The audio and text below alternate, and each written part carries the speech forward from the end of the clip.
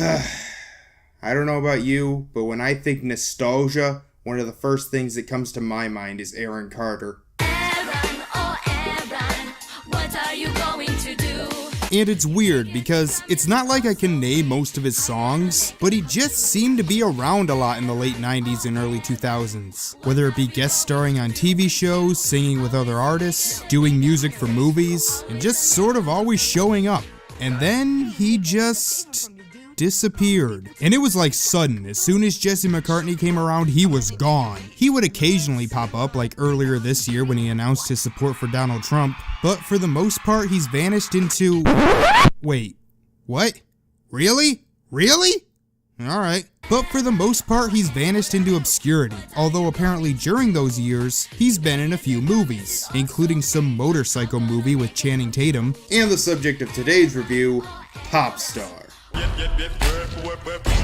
No, not that one. This one was released in 2005. Popstar is one of those movies that just sort of flows under the radar. No one talks about it, few people even know it exists, and most people who have seen it don't really like it. It was directed by Richard Gabai, who mostly works in direct-to-video, including the 1989 film Assault of the Party Nerds. Well, I think I'll check that out one day. But even better than that is the writer, who also wrote nothing because this is the only film he ever made. So let's see how this turns out. This is Popstar. We start with Carter getting ready for a concert. His character's name, J.D. McQueen. Yep, J.D. McQueen. If there were ever a name I expected to see in a bad fanfiction, it would be that one. So he goes on stage to perform for this auditorium of screaming girls. JD really does have the makings of a perfect pop star. He's a decent dancer, and his voice has built-in auto-tune.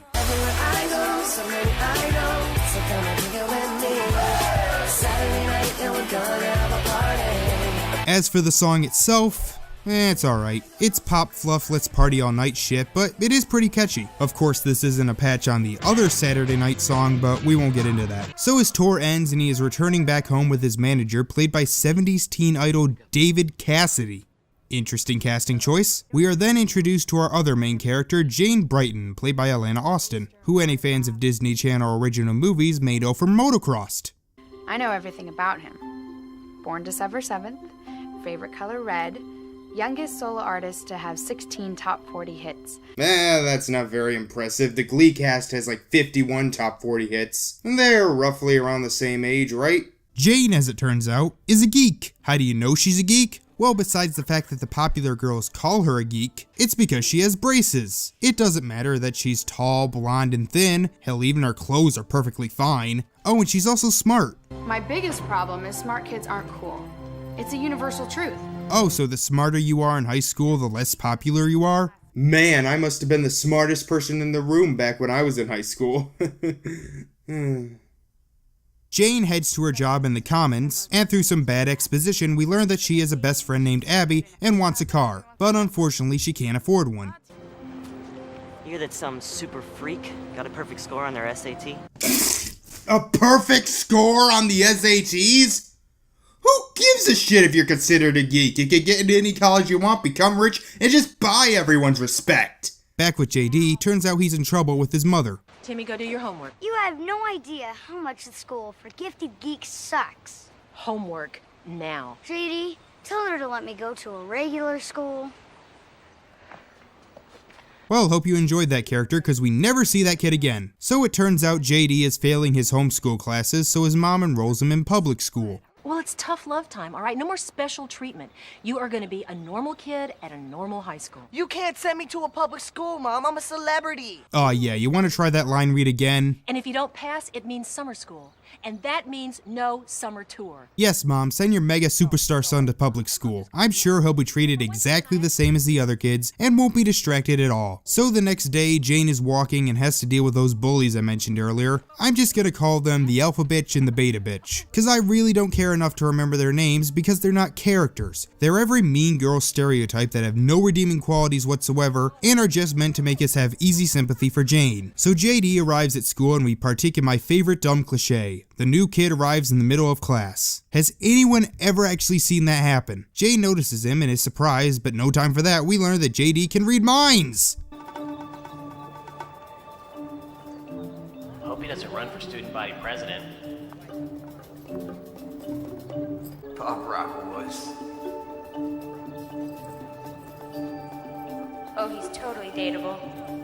Well, this is no problem. All he has to do is read the minds of the smartest kid in class. So after someone steals something from JD, we get our next cliche. The fat nerdy guy who tries to ask out the beta bitch. She rejects him, but thankfully he gets some advice from the janitor, played by other 70s teen idol, Leif Garrett. Try and fail. Those that fail to try.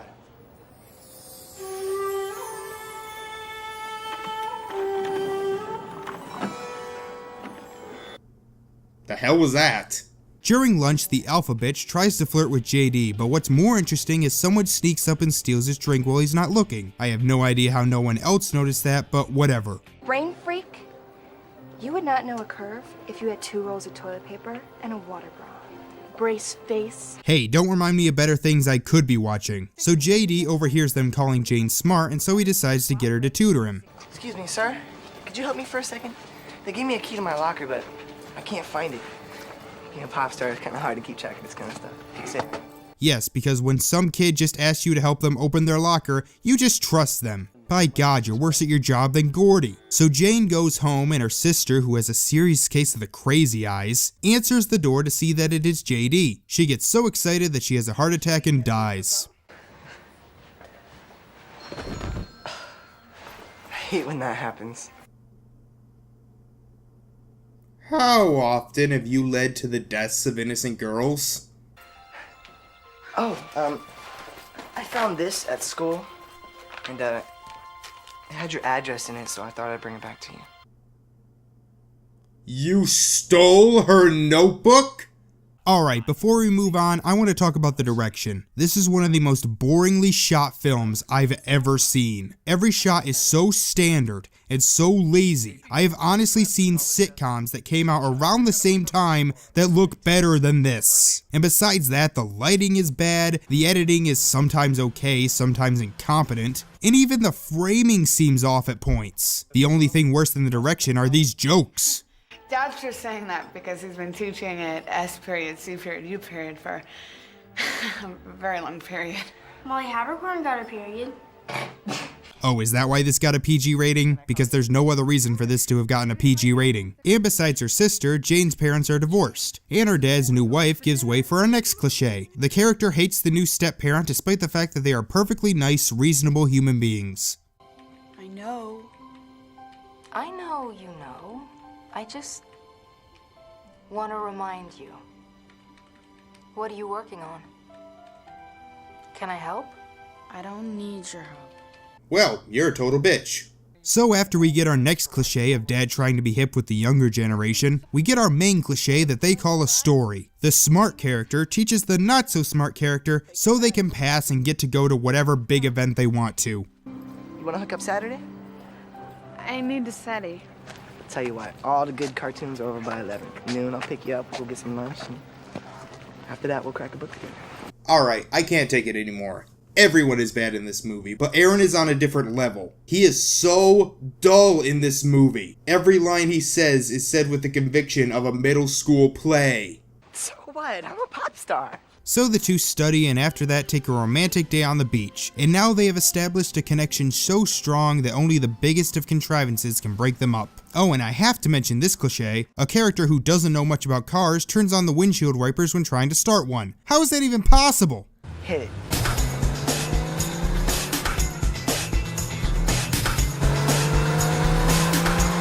This is so magical our hair isn't even blowing. The next morning, Jane goes outside to see that JD gave her a car? I don't understand why. You needed a car. I wanted to help you out. Yeah, buy her love. That's healthy. Also, can we just mention the music in this scene?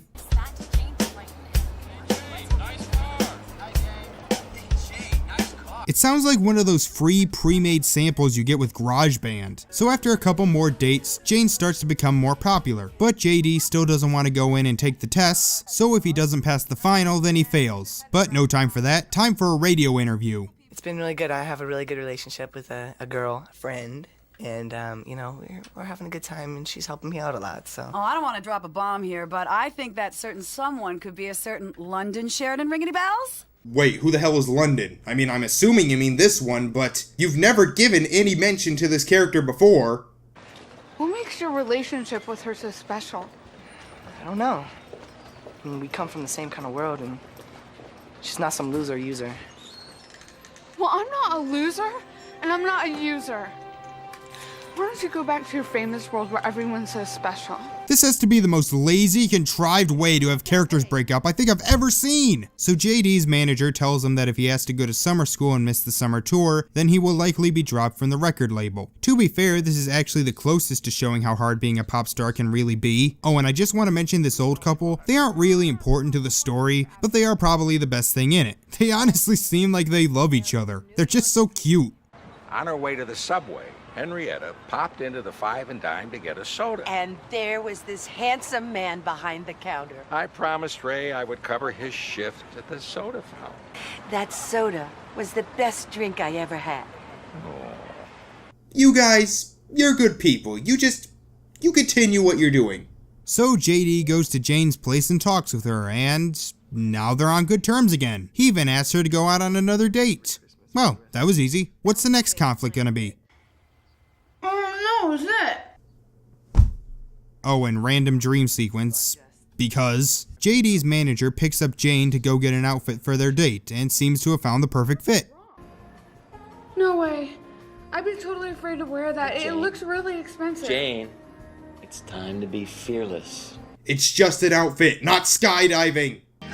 Jane's almost ready. Come on in. Hey, will you take Jane to her desk tonight after your date? Yeah, no problem.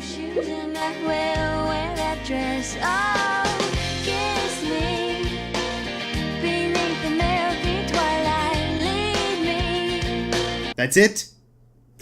Sorry, I was expecting something a little more flashy, I guess. So the two go on a date to the music awards. Yeah, just the music awards. And everything seems to be right as rain. Oh, and there's this stupid scene where the dad ties his toe to the doorknob.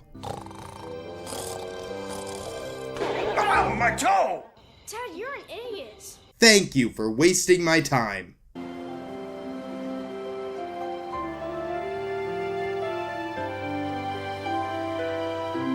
Yeah, I don't care. But the next day, the alpha bitch threatens JD to make him go to prom with her. I put my entire high school reputation on the line. Sorry, Whitney. Fine. You leave me no choice. If you don't ask me, I'll tell everyone you're a lip syncer. I think that's pretty obvious. We also find out who's been stealing JD's stuff, and it's some kid we've never seen before. That's right. For $100, I've got JD's gym. Run, everybody! What do you think you're doing? Where do you think you're going? Don't you think it's messed up to sell my shorts for $100? Yeah, I do. I can get 200 easy. And we never see him again, so that plot point went nowhere. So they go in to take the final, and since JD is nervous, he cheats off Jane. You know, why is it that the only class we see is this one? How did he pass his other finals? And wait, prom still hasn't happened yet and they're taking their finals? What kind of school is this? But unfortunately, Jane catches him and calls him out. What if you'd gotten caught? Mr. Thomas would have thought that I was helping you. I would have gotten suspended. I would have lost my scholarships. Actually, that's a pretty good point. JD is an awful person. She doesn't rat him out, but does break up with him. You see, this actually makes more sense. So why the hell did you have them break up earlier? And we get a sad montage. Nope. Let's break this down. JD started seeing Jane just to help him pass, and even if we were to believe that they grew to love each other over time, which I don't, he still broke into her locker, stole her stuff, and lied to her. He's given no reason to believe he's a good person. Well, we better fix that. He has a change of heart and decides to go tell the teacher he cheated. Jane finds out and realizing that he may in fact have testophobia, runs off to tell the professor to give him a second chance. He agrees as long as it's done by 3 o'clock as that's when grades are due. But oh no, he's left for New York to see his dad. So now they have to rush to the airport to catch him before he leaves. Oh wait, no, his manager picks him up and takes him back to school. All I know is your mom said to pick you up at the executive terminal and to get your butt back to school. Pointless. This movie is completely pointless. So he gets back to school and Jane thinks that since JD is comfortable singing on stage, then he'll be comfortable taking a test on stage. Makes sense to me, I guess.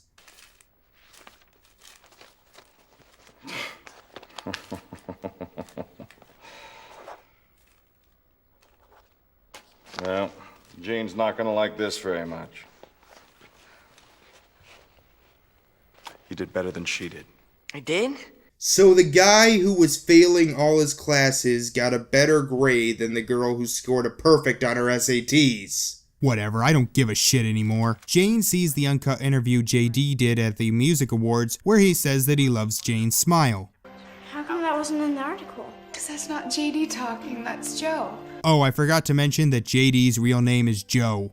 Who cares? So Joe decides to open his summer tour in their town, and you know, most of the time this didn't feel like a vanity project, but now it's starting to feel like a vanity project. It's pretty good, isn't he?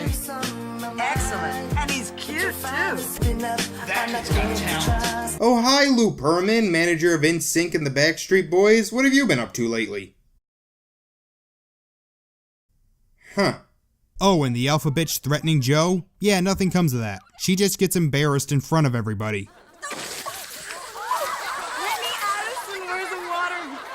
Why not just stuff them with tissues, you moron?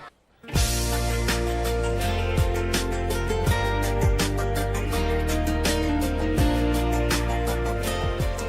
this seat taken? No, please. It's all yours. And who's this? Justin. My name's Justin. I used to date a guy named Justin. My name's London. Oh, so you're London. Wait a minute, didn't Joe say you have a high squeaky voice? Who was that, London? No, she has a high squeaky voice. Sounds perfectly fine to me. Did you hear that there's a prom coming up? I never got to go to my prom. I was actually really bummed. Really? Well, would you, I don't know, would you like to go with me? Sure, that sounds great. Yeah, you think this has a happy ending, but it turned out Justin was a serial rapist. Putting overtime on your body. So now all the characters just get their arcs completed, even the ones you didn't think had arcs. Like the manager and Jane's mom getting together, or the old couple meeting up with whoever the fuck this is. Maybe I missed something, I don't know, I don't care, just end!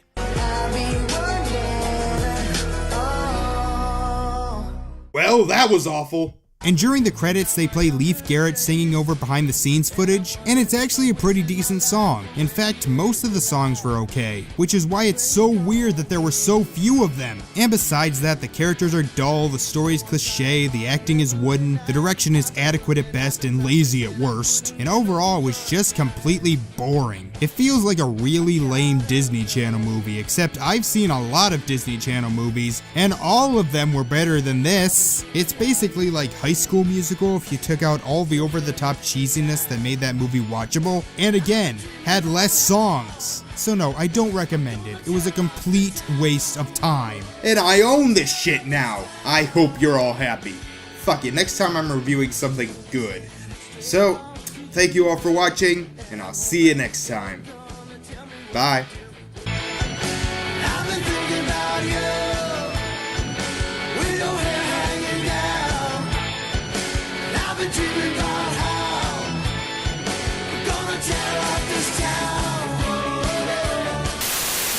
Extreme close up! Whoa!